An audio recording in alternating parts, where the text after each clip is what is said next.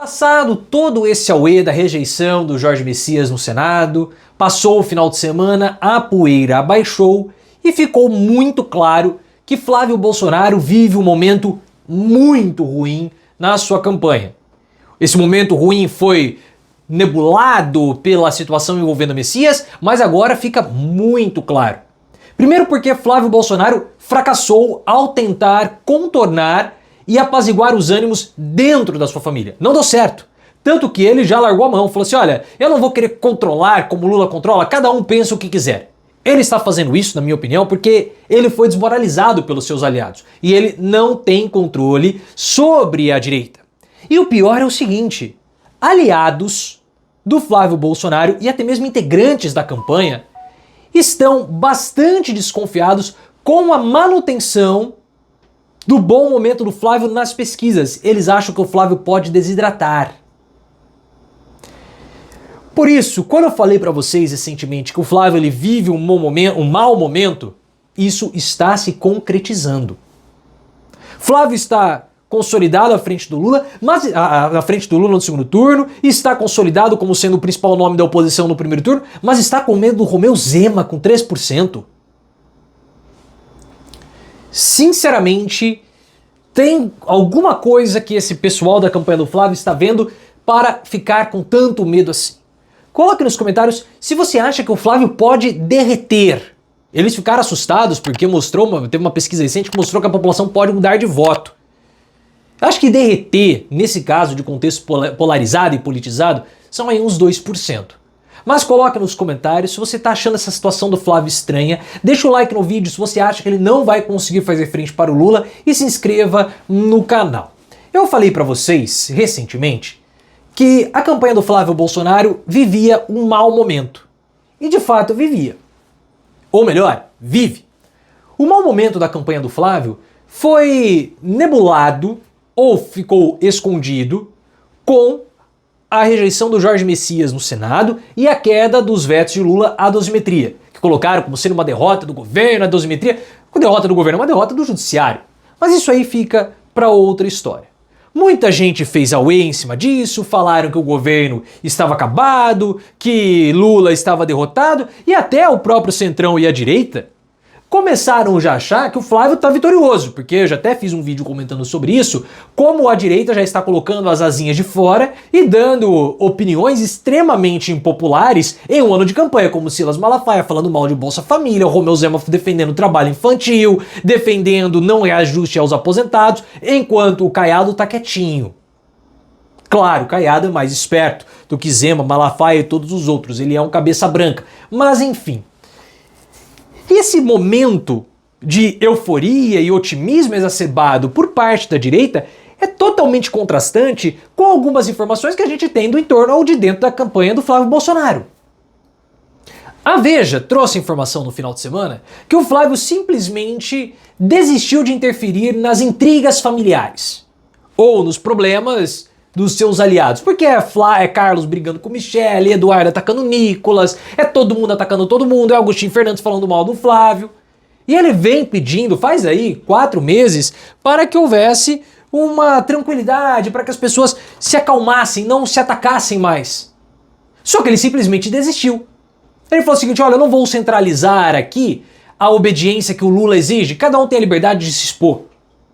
Na minha visão, ele não está defendendo a liberdade. O que Flávio está defendendo é que ele fracassou ao tentar controlar os ânimos.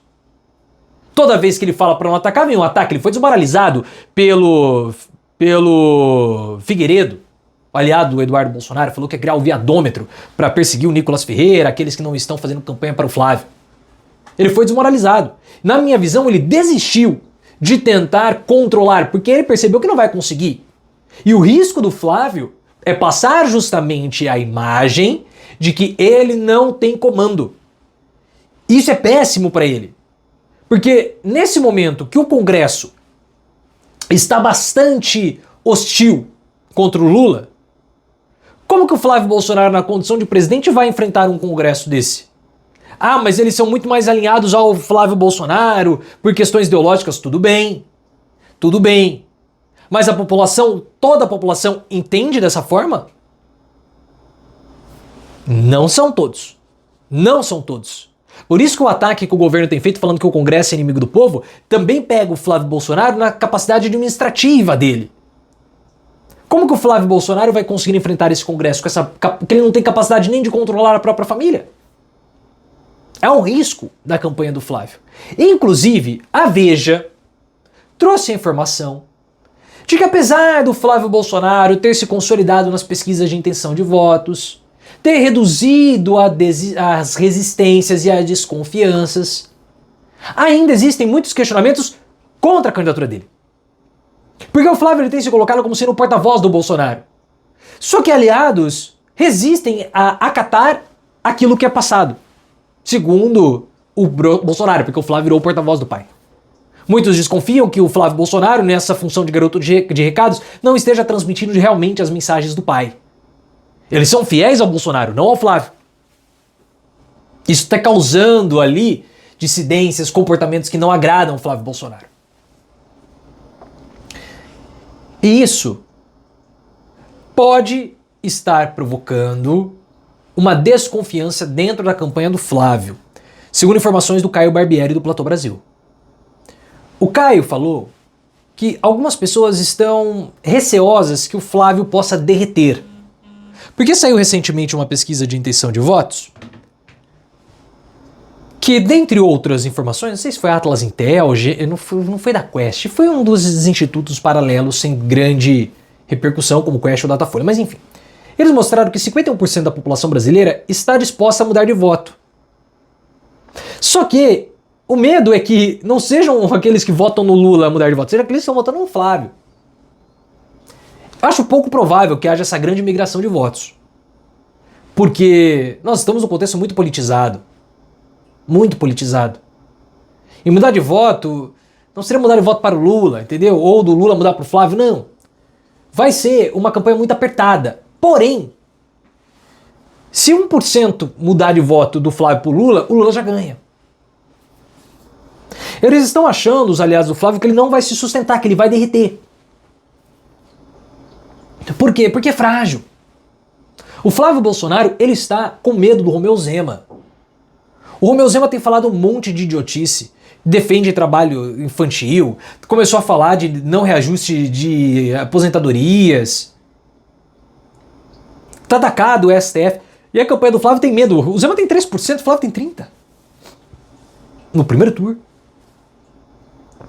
Se uma campanha tem medo da campanha do Romeu Zema, sendo que a campanha do Flávio tem 10 vezes os votos do Romeu Zema e tem o nome do pai do Bolsonaro, o Zema num partido minúsculo, que é o Partido Novo, significa que a candidatura é muito frágil. Muito, mas muito frágil. E na minha opinião, o medo da campanha do Flávio não deveria ser o Romeu Zema tirar votos dele. Não, o medo da campanha do Flávio deveria ser o Romeu Zema dragar o Flávio Bolsonaro para dentro do chorume que ele está dizendo. Mostrando, porque o PT pode falar, olha, isso que a direita defende, a direita não quer fim da escala 6x1, quer que você trabalhe o resto da sua vida 24/7, inclusive crianças, como o Romeu Zema está falando. É isso que o Flávio defende também, no íntimo dele, porque ele não se posicionou a favor da redução da jornada de trabalho. Ah, mas a jornada de trabalho reduzindo vai tirar empregos. Mentira, ele está repetindo um argumento que foi usado várias vezes contra o fim da escravidão e coisas do tipo. É estranho esse movimento da candidatura do Flávio. E isso explica por que a Genial Quest teve um resultado mostrando que 48% da população brasileira aposta que o vencedor vai ser o Lula. Mesmo o Flávio na Quest aparecendo na frente.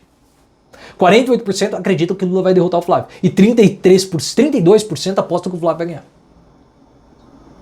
São números incompatíveis, porque no segundo turno o Flávio aparece na frente. Mas a vitória do Flávio, as pessoas não acreditam que o Flávio tenha condições de enfrentar o Lula.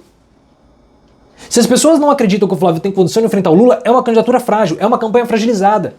E, portanto, é uma campanha fácil de ser derrotada. Mas, ao mesmo tempo, difícil, porque nós estamos num contexto muito polarizado e politizado. Flávio fracassou, hein? E esse fracasso dele vai custar caro. Muito caro. Porque ele é um candidato sem conteúdo. E se não consegue controlar, a casa dele vai controlar o país.